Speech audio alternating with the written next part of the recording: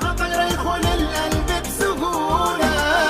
ده اللي بيدمع في فرحه، ده اللي بيتريق على جرحه، وإن ضايقته بالطريقة عادي برضه يزعلك. ده اللي بيدمع في فرحه، ده اللي بيتريق على جرحه، وإن ضايقته بالطريقة عادي برضه يزعلك. بس لو مرت بدقيقة هو ده اللي بينفع.